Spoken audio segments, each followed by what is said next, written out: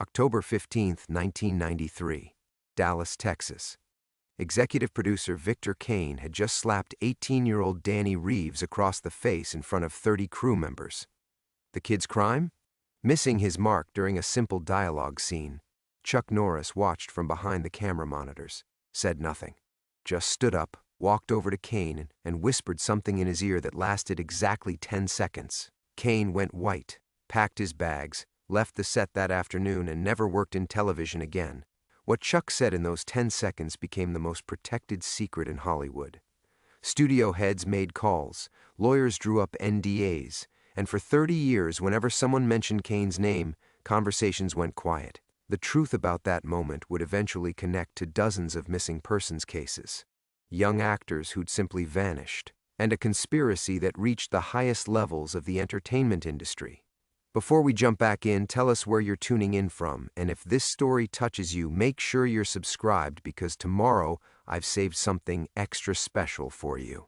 Frank Morrison was watching from the craft services table when it happened, coffee growing cold in his hands as Victor Kane's palm connected with Danny Reeves's cheek. The sound cracked across the Dallas sound stage like a gunshot. 30 crew members froze. Cameras stopped rolling. The kid, barely 18, fresh off the bus from some Iowa farm town, stumbled backward, hand pressed to his reddening face, eyes wide with shock and humiliation. Frank had seen worse. Hell, he'd covered up worse. 15 years of cleaning Hollywood's messes had given him a stomach made of cast iron and a conscience buried so deep he sometimes forgot it existed. But something about the kid's expression, that particular blend of betrayal and confusion, made Frank's chest tighten. "You worthless piece of," Kane started, but Chuck Norris was already moving. The star didn't rush, didn't shout. He simply stood from his director's chair behind the monitors and walked across the set with that measured gait Frank recognized from 2 decades of stunt work. Predators walk, calm before the storm. Kane was still berating Danny when Chuck reached him. "Maybe if you could remember, you're blocking instead of daydreaming about your next audition." "Victor," Chuck's voice cut through the tirade like a blade. Quiet, controlled, deadly. Kane spun around, face flushed with adrenaline and anger. "Chuck, I'm handling this. Kid needs to learn. We need to talk." Chuck's hand landed on Kane's shoulder with the weight of finality, privately. Frank watched Chuck lean close to Kane's ear. 10 seconds. That's all it took. Frank couldn't hear the words from 15 feet away, but he saw Kane's face drain of color like someone had opened a valve. Saw the producer's hands start to shake. Saw 30 years of Hollywood arrogance crumble into something that looked dangerously close to terror. Kane stepped back, nodding rapidly. Yes. Of course, you're absolutely right." His voice came out strangled, higher pitched than normal. "Danny, we'll pick this up tomorrow. Everyone, that's a wrap for today." The crew exchanged glances, but began breaking down equipment. Kane disappeared toward his trailer without another word, moving like a man walking to his own execution. Frank found himself approaching Danny, who stood alone in the middle of the set, still touching his cheek.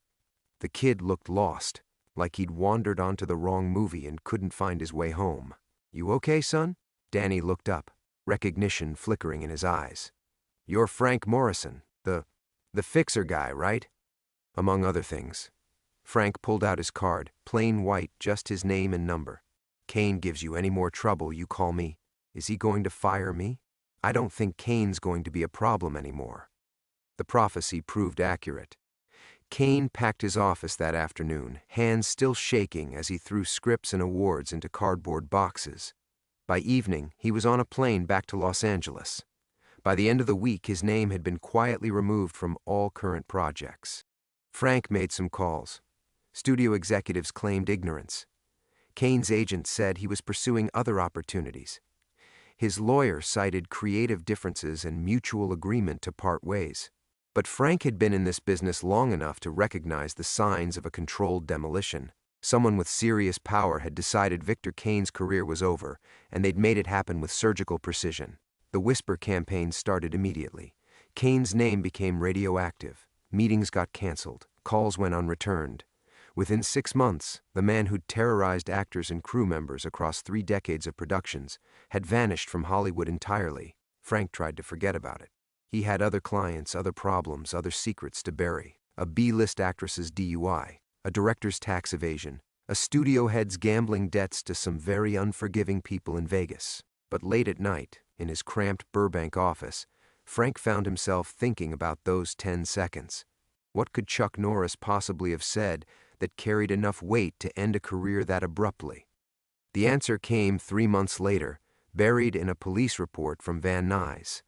Victor Kane had been found dead in his apartment, apparent suicide. Single gunshot to the head, no note, no witnesses, case closed. Frank stared at the report until the words blurred together. He'd seen plenty of Hollywood suicides over the years. The industry chewed people up and spit them out with ruthless efficiency. But something about the timing felt wrong, the surgical cleanliness of it. He thought about Danny Reeves, probably back on some Iowa farm by now. Hollywood dreams abandoned after one too many Victor Kanes. He thought about his own son, Michael, who'd taken his own life 2 years earlier after his own encounter with a predatory director. Frank had failed to protect Michael, but maybe it wasn't too late to understand why Kane had to die.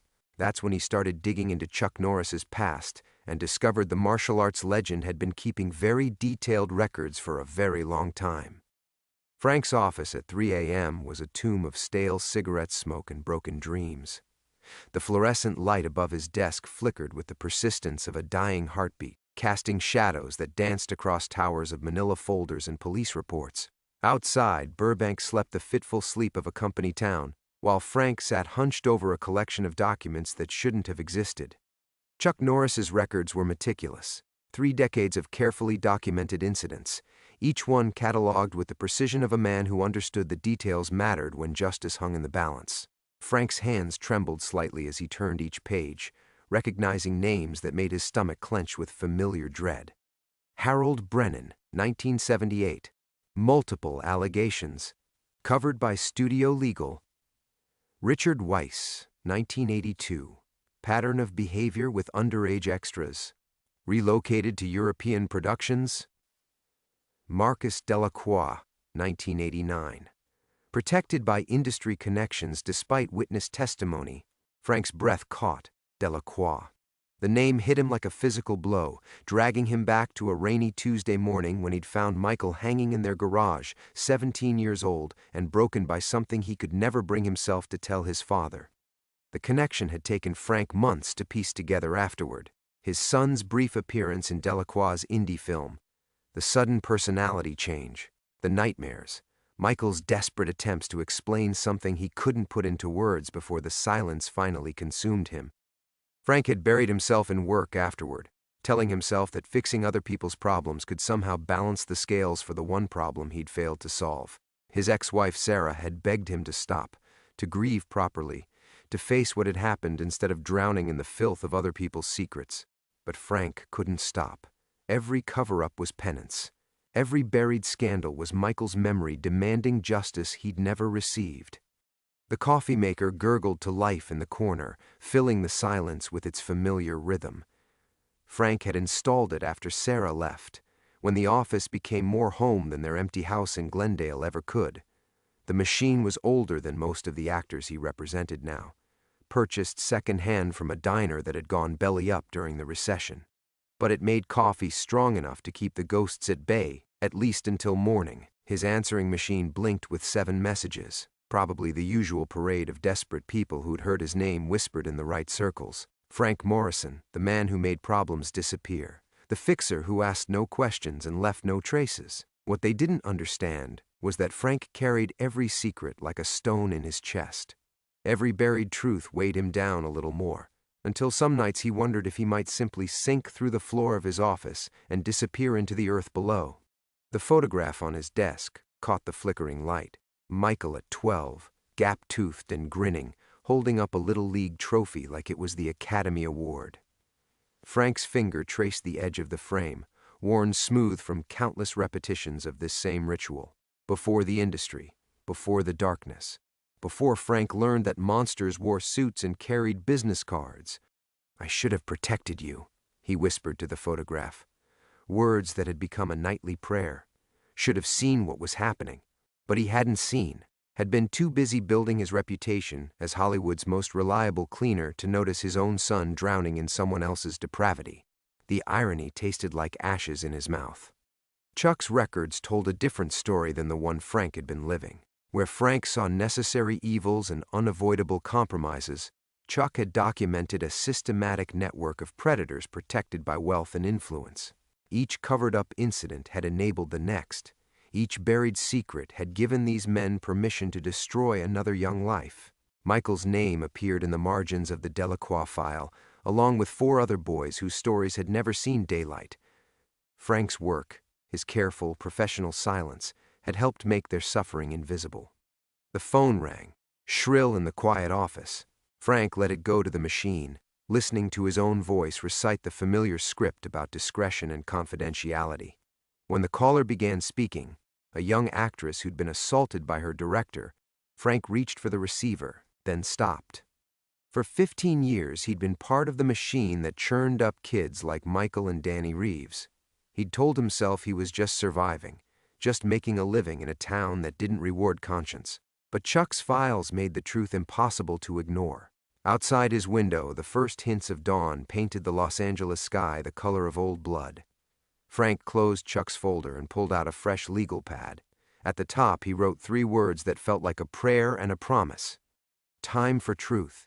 The fluorescent light flickered once more and went steady, as if the building itself was holding its breath. The legal pad stared back at Frank, those 3 words bleeding into the paper like an accusation. Time for truth. Easy to write, harder to live with the consequences. Frank was reaching for his cigarettes when the first knock came. Soft, hesitant, the kind of knock that belonged to someone who wasn't sure they wanted an answer. He checked his watch. 6:47 a.m. Too early for clients, too late for emergencies. Frank's hand moved instinctively to the desk drawer where he kept the .38 his old stunt coordinator had given him years ago. In his line of work, visitors at dawn rarely brought good news. The knocking came again, more insistent this time. Frank crossed to the door, noting the way his knees protested after sitting hunched over Chuck's files for hours. Through the frosted glass, he could make out a slight figure. Too small to be a threat, too early to be expected. When Frank opened the door, the face that looked back at him belonged to a ghost. "Hello, Frank." 20 years fell away in an instant. The voice was deeper now, weathered by time and whatever roads had led back to this moment, but Frank would have recognized it anywhere. Tommy Brennan. Harold Brennan's son, the boy who'd disappeared, one night in 1978, after his father's accident on a studio backlot. Jesus Christ! Frank's voice came out as a whisper. "Tommy?" The man in the doorway smiled, but it was a broken thing that never reached his eyes. "Surprised to see me?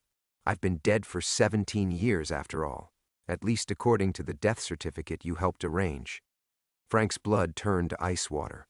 The memory crashed over him like a tidal wave, a terrified 14-year-old boy who'd witnessed his father's murder, who'd begged Frank to make him disappear before Harold's associates decided to tie up loose ends. Frank had arranged everything: new identity, new family in Oregon, a tragic boating accident that left no body to recover. "Tommy, how did you find you?" Tommy stepped into the office without invitation, and Frank saw the limp now, the way his left leg dragged slightly. A souvenir from that night 20 years ago, when Harold Brennan had learned the hard way that some Hollywood secrets were worth killing for. "I never stopped watching, Frank. Never stopped keeping track of the man who saved my life."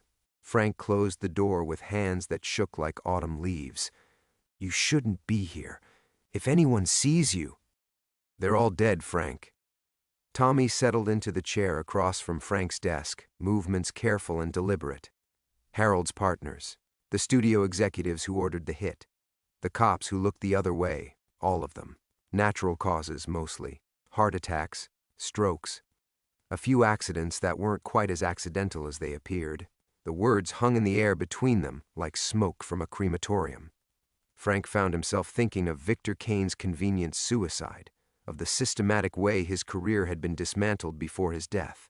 "Chuck Norris," Frank said, the pieces clicking together with horrifying clarity. "You've been working with Chuck." Tommy's smile widened, showing teeth that were too white, too perfect. Dental work that spoke of money and careful planning. Chuck's been hunting these bastards for decades, Frank, but he needed someone who could get close to them. Someone they trusted. Someone like me. Someone exactly like you. Tommy leaned forward, and Frank caught a glimpse of the scared boy he'd once been, buried beneath layers of careful transformation. Do you know why I'm here, Frank? After all these years of watching you help them cover up their crimes? Frank's throat felt like sandpaper.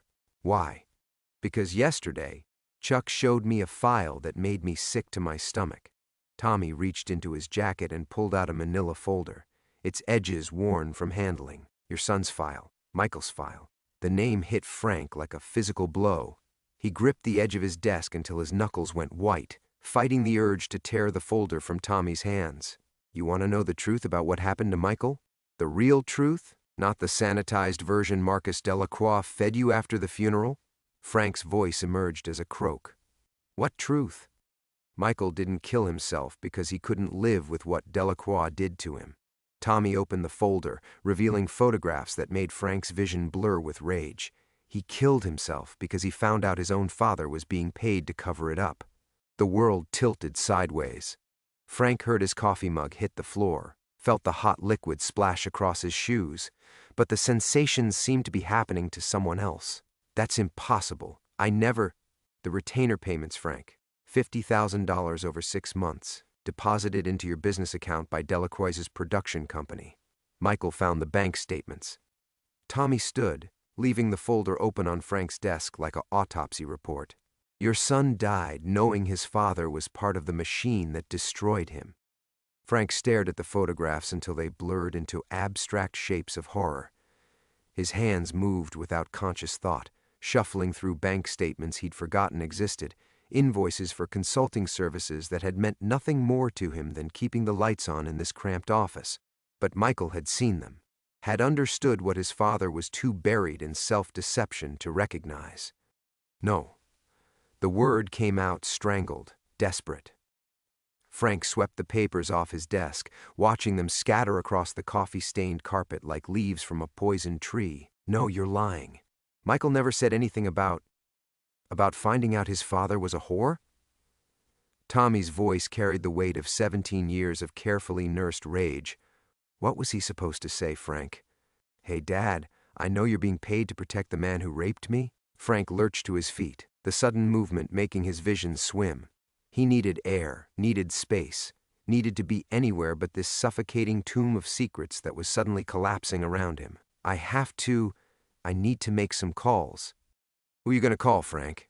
Tommy blocked his path to the door with casual ease. Your contact at the LAPD?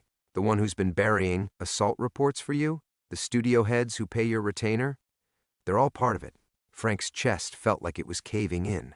15 years of networking, of building relationships, of becoming indispensable to the very people who had.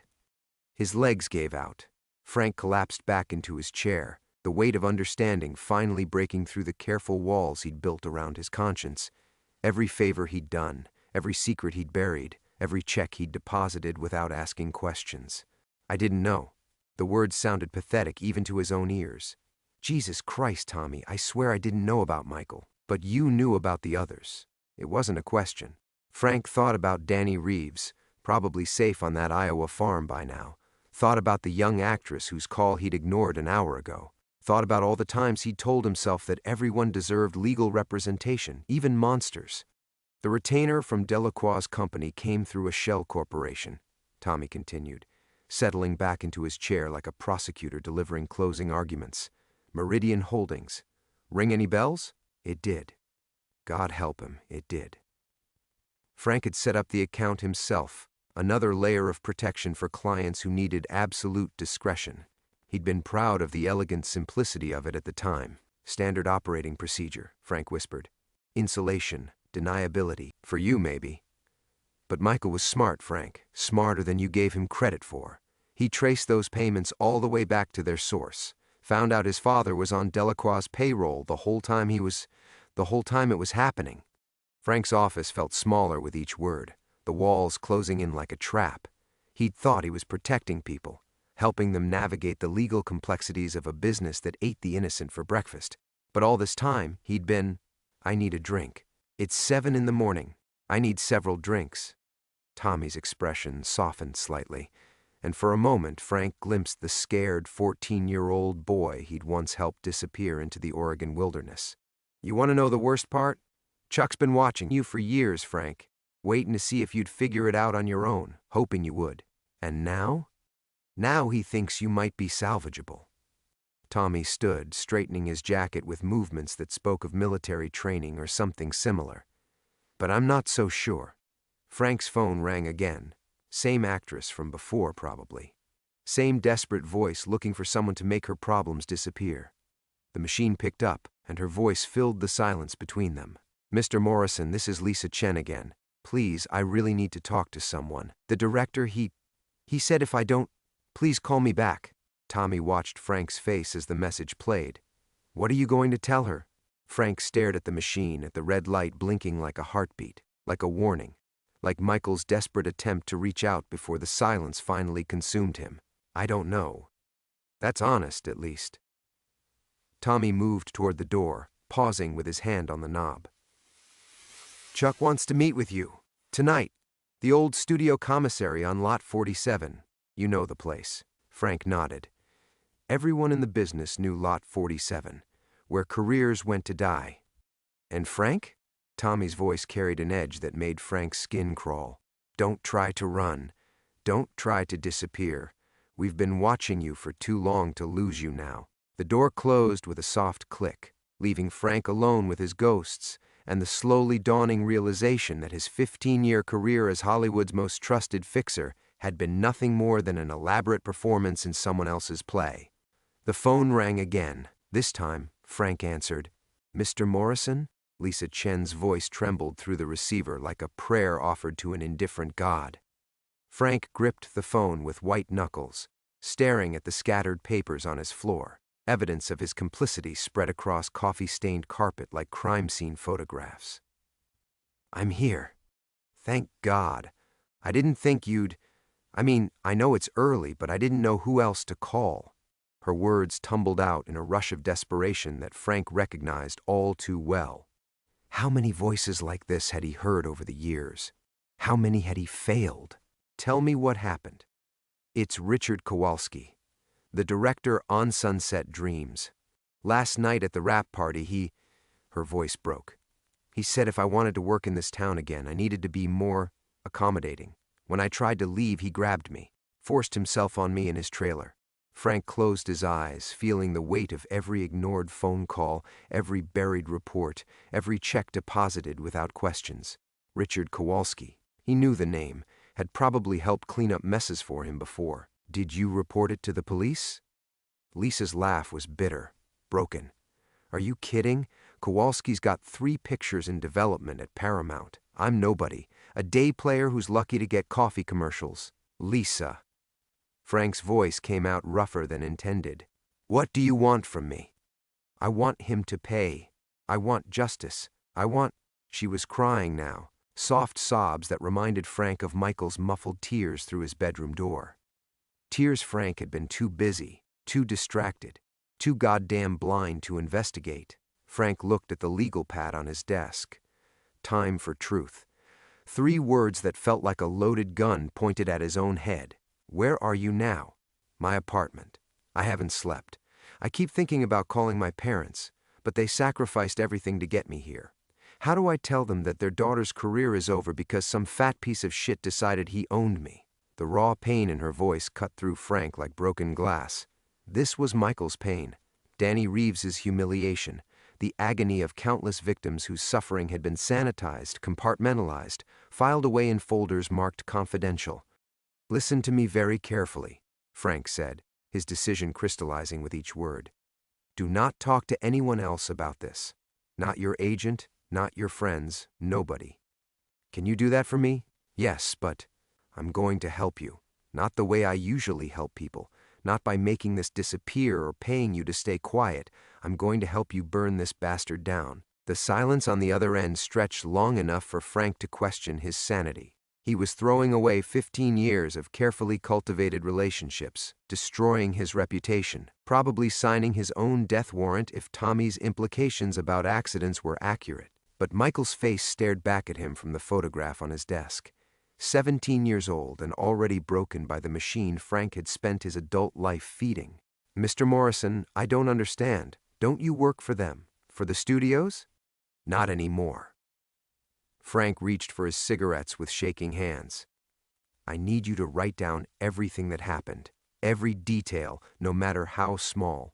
Times, dates, witnesses, everything. Can you do that?" Yes. But what good will it do? His word against mine, right? Frank thought about Chuck's meticulously documented files, about Tommy's 17-year transformation from victim to hunter, about patterns of abuse that stretched back decades, all enabled by men like himself who'd chosen silence over justice. "Lisa, how long have you been in Hollywood?" 3 years. In those 3 years, have you heard stories about Kowalski? Rumors, maybe. Other actresses who had problems with him? Another pause. Frank could practically hear the wheels turning in her head. There was something. Last year on Blue Highway, an actress named Carmen Torres. She got fired suddenly from the production, and people said she'd made accusations against Kowalski, but nothing official. Frank was already writing. Carmen Torres. Another name to add to the growing list of victims who'd been silenced by the machine he'd helped build. "I'm going to find Carmen Torres, and anyone else who's been hurt by this man. You won't be alone in this, Lisa. I promise you that." "Why?" The question came out small, vulnerable. "Why are you helping me? What's changed?" Frank stared at the scattered evidence of his son's discovery, bank statements that had revealed his father's true nature in the worst possible way. Michael had died knowing that the one person who should have protected him was being paid to protect his abuser instead. "Because I failed someone else when they needed me most," Frank said, "and I can't live with that failure anymore." After Lisa hung up, Frank sat in the growing daylight, smoking and planning. By the time he finished his cigarette, the machine that had devoured his son was about to meet its newest enemy, himself. Frank spent the morning methodically destroying 15 years of careful documentation. Each shredded contract, each deleted phone number, each burned bridge felt like performing surgery on his own life without anesthesia. By noon, his office looked like a crime scene, which he supposed it had always been. He was feeding Marcus Delacroix's business cards into the paper shredder when his office door opened without a knock. "Working late, Frank?" Marcus Delacroix stood in the doorway like he owned it, his $1,000 suit immaculate despite the September heat. At 62, he still carried himself with the predatory confidence that had made him one of Hollywood's most bankable directors. Frank hadn't seen him since Michael's funeral 5 years ago. "Marcus." Frank's hand moved instinctively toward the desk drawer, then stopped. "Didn't hear you knock." "Funny thing about knocking, it implies you might not be welcome." Marcus closed the door behind him and surveyed the chaos of Frank's office with amused detachment. "Spring cleaning? Bit early in the season?" Frank continued feeding papers into the shredder, each mechanical whir a small act of rebellion. "What do you want?" "Straight to business. I like that." Marcus settled into the client chair like he belonged there, crossing his legs with theatrical precision. "I hear you've been making some interesting phone calls, asking questions about old friends. Define interesting." "Carmen Torres. Ring any bells?" Marcus's smile was razor thin. Sweet girl. Had real potential before she started spreading lies about Richard Kowalski. Tragic what happens when ambitious young actresses let their imaginations run wild. Frank's blood pressure spiked, but he kept his voice level. "What happened to Carmen?" "Oh, she's fine. Last I heard, she was teaching drama to high school students in Nebraska. Much more suitable for her skill set." Marcus leaned forward, his pale eyes glittering with malice. Amazing how quickly someone can disappear when they forget their place in the food chain. The threat was clear enough to cut glass. Frank thought about Lisa Chen, probably sitting in her apartment right now, writing down every detail of her assault. Another lamb being circled by wolves. "You know what I find fascinating, Marcus?" Frank fed another contract into the shredder, His original retainer agreement with Delacroix's production company. I've been in this business for 15 years, and I never realized how much of my work involved protecting pieces of shit. Marcus's smile faltered slightly. Careful, Frank. That's an awfully high horse for someone with your history. What history would that be? Michael's history.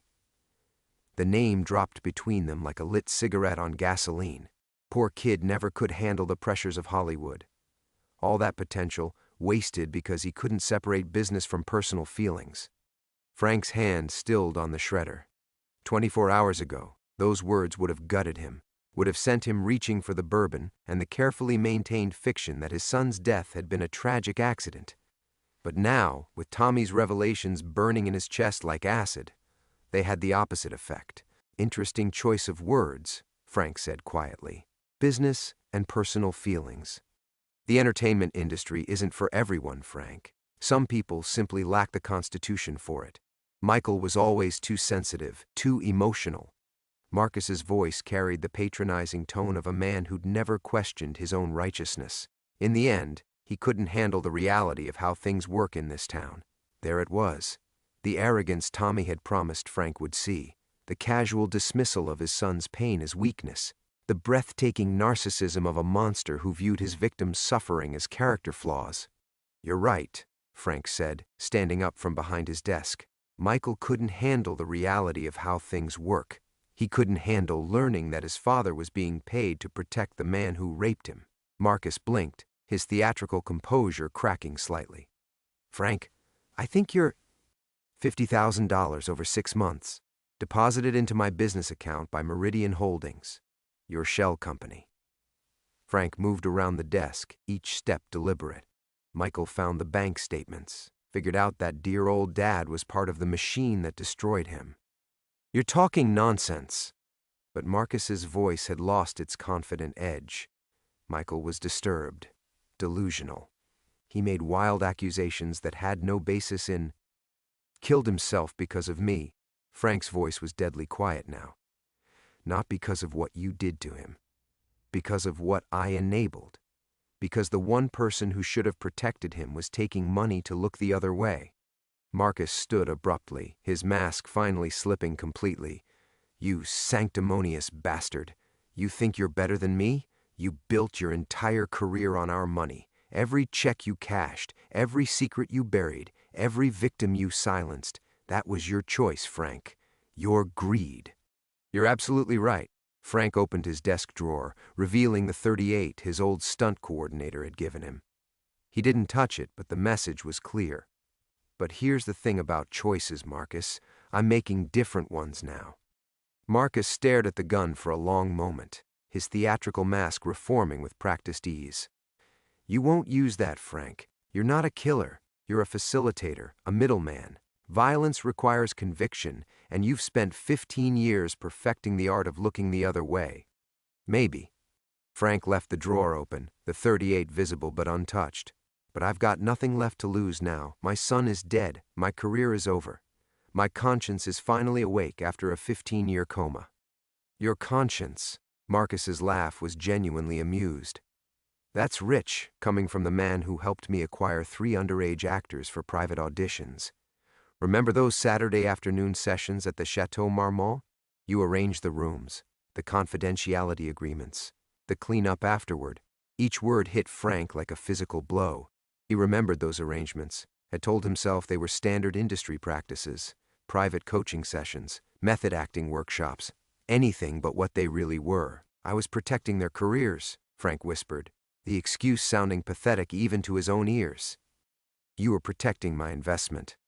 Marcus moved closer, sensing weakness. Do you know what happened to little Billy Hartwell after our last session? The kid from that Disney pilot? Frank's mouth went dry. He remembered Billy. 12 years old, gap-toothed smile, dreams of being the next Macaulay Culkin. The boy had quit acting suddenly, his mother citing family reasons. He tried to kill himself 3 months later, Marcus continued conversationally. Pills. His parents found him just in time. Had to spend 6 months in a psychiatric facility. Never acted again. Stop. And sweet little Jennifer Morrison. No relation to you, unfortunately. Remember her? 10 years old, red curls, voice like an angel, she was going to be the lead in Sunshine Valley, until she became uncooperative. Frank's vision blurred. He could see Jennifer's face clearly, the bright smile that had dimmed noticeably after her private session with Marcus. Her mother had pulled her from the production, claiming the child had developed stage fright. "You arranged the NDAs for both families," Marcus pressed. 50,000 each to keep their mouths shut and their damaged children in therapy. Very efficient, very professional. I didn't know what was happening in those rooms. Of course you did.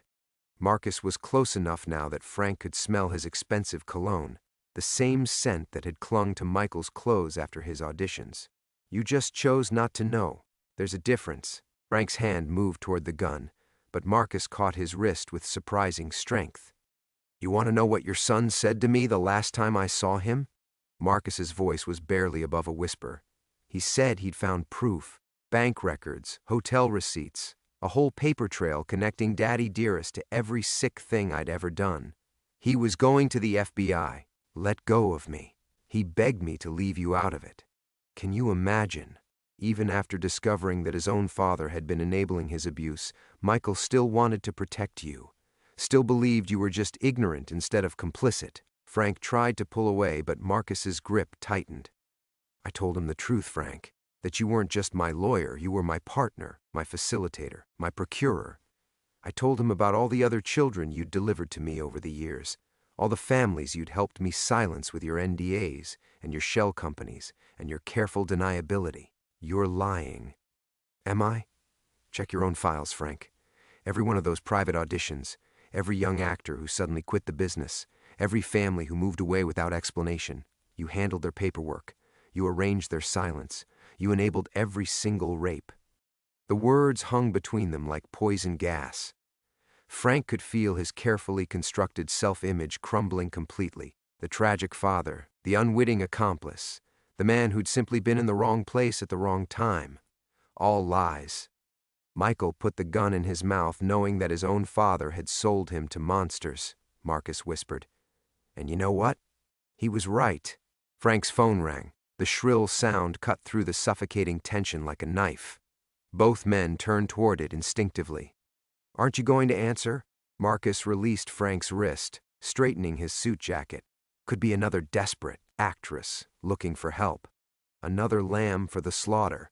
Frank stared at the ringing phone, remembering Lisa Chen's broken voice. Carmen Torres, Billy Hartwell, Jennifer Morrison, all the others whose names he'd filed away and tried to forget. The phone stopped ringing. His answering machine clicked on. "Mr. Morrison, this is Chuck Norris. I think it's time we talked." Marcus went very still. For the first time since entering the office, his confidence wavered. "Lot 47, Chuck's voice continued. 1 hour, come alone." The machine clicked off, leaving them in absolute silence. Marcus's face had gone ashen, the theatrical composure finally cracking completely. For the first time in the 15 years Frank had known him, the predator looked genuinely afraid. "Chuck Norris," Marcus whispered, more to himself than to Frank. "How long has he been watching?"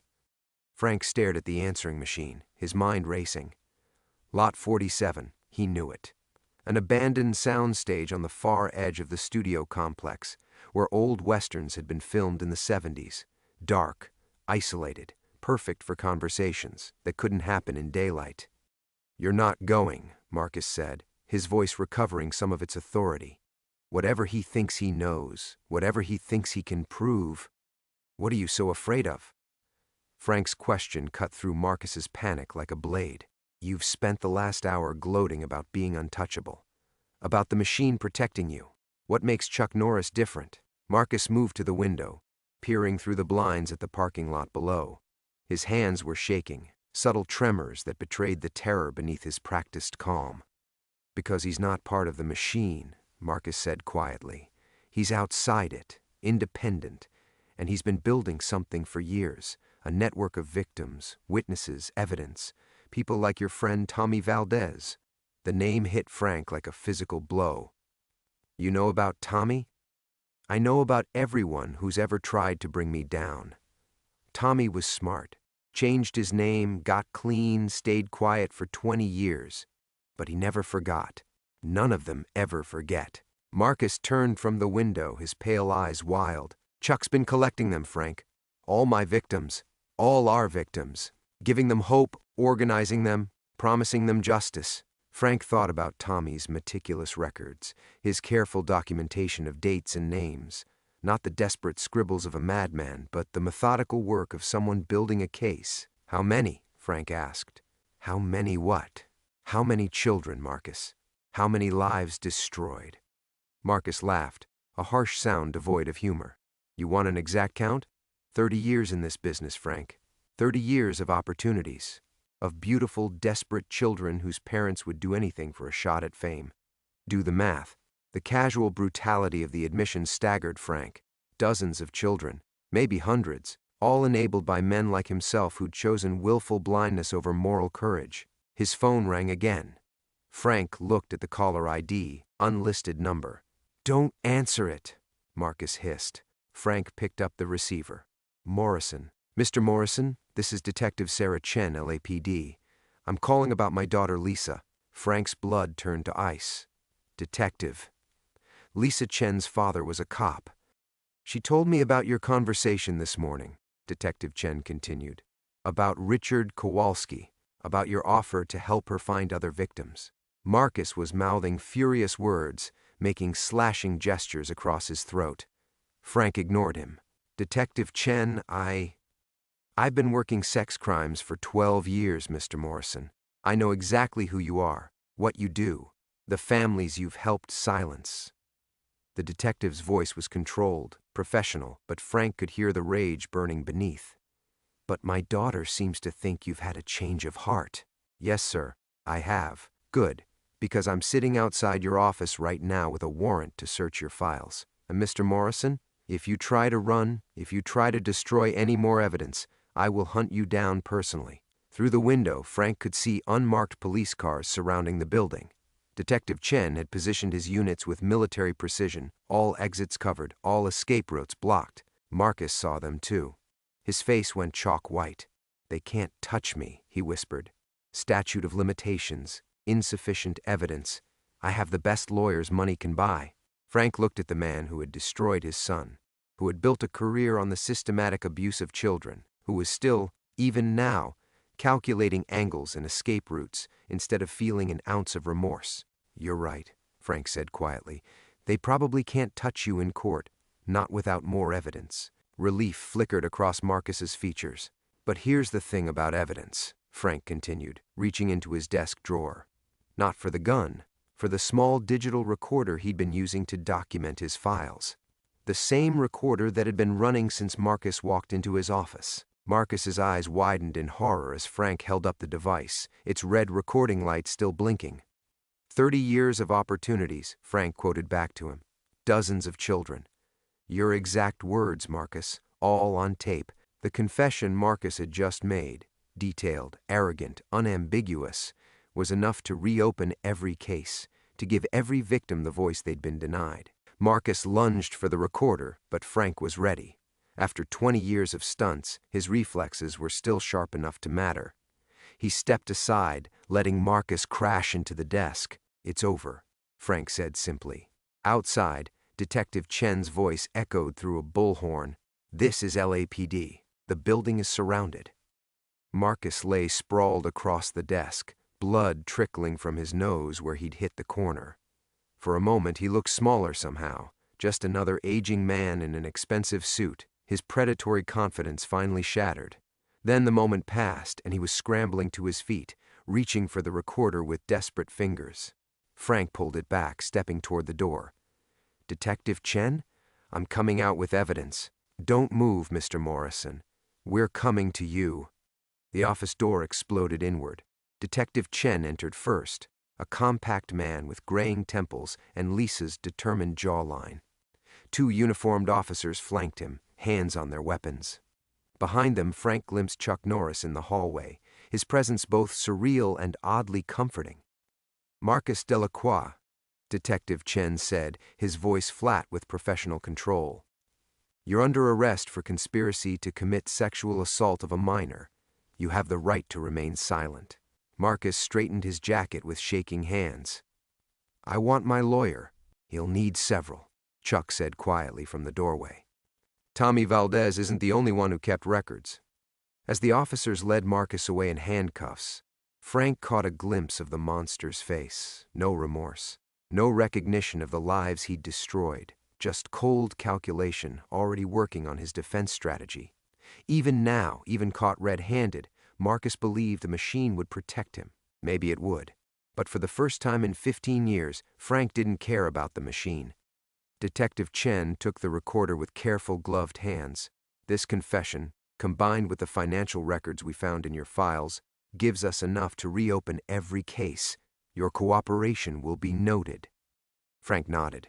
He'd already made his peace with prison. There's more. Files going back 10 years. Bank records. Shell company transactions. Everything you need to build cases against the others. Others? Marcus wasn't working alone. Producers, directors, agents. There's a whole network. I helped them operate. I helped them hide. The words tasted like ash, but they had to be said. "I can give you names." Chuck stepped into the office as the police finished their initial sweep. He looked older than Frank remembered, lines of weariness etched deep around his eyes. "You did the right thing, Frank. 20 years too late. Michael's death wasn't your fault." "Yes, it was." Frank met Chuck's gaze directly. "Maybe not the way I thought, but it was still my fault. I chose willful blindness. I chose the money over the truth. Every signature on every NDA, every shell company I set up, every family I helped silence. Those were choices." Chuck nodded slowly. "The question now is what you choose to do with whatever time you have left." Outside, Frank could see news vans already gathering. Word traveled fast in Hollywood. By evening, Marcus's arrest would be splashed across every entertainment website. The machine would go into crisis mode. Lawyers scrambling, publicists spinning, executives distancing themselves from the scandal. But the machine was already cracking. Frank could feel it in the air, the same electric tension that preceded a major earthquake. Too many victims had found their voices. Too many witnesses had stepped forward.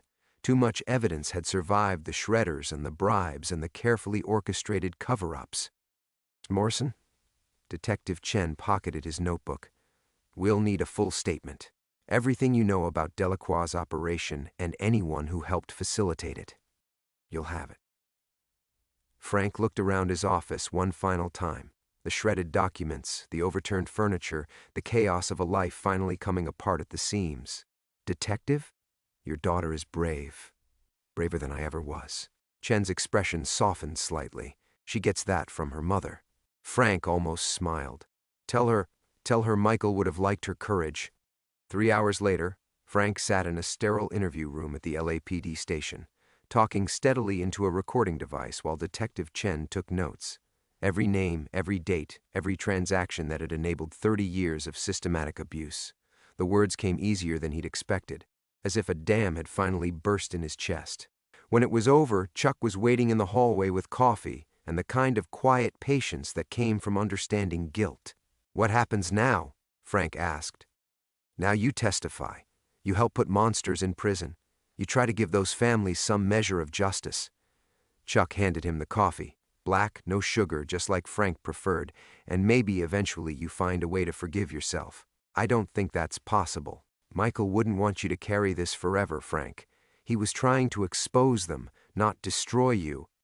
Frank thought about his son's last letter, found in his apartment after the suicide, the careful documentation of Marcus's crimes, the bank records that proved Frank's complicity, but also, tucked in the back, a single photograph, Michael at 8 years old, grinning gap-toothed at a baseball game, his arm around his father's shoulders. Even at the end, even knowing the truth, Michael had kept one good memory. "The story will stay with people," Chuck said quietly. "Long after the trials, long after the headlines fade, a father who found his conscience too late, but found it nonetheless." Outside, Los Angeles glittered in the evening light. 10 million dreams chasing 10 million lies. But somewhere in that vast city, victims were finally being believed. Families were finally getting answers. Children were finally safe from monsters who'd hidden behind fame and power for too long. It wasn't redemption, but it was something. Frank Morrison finished his coffee and prepared to tell the rest of his story.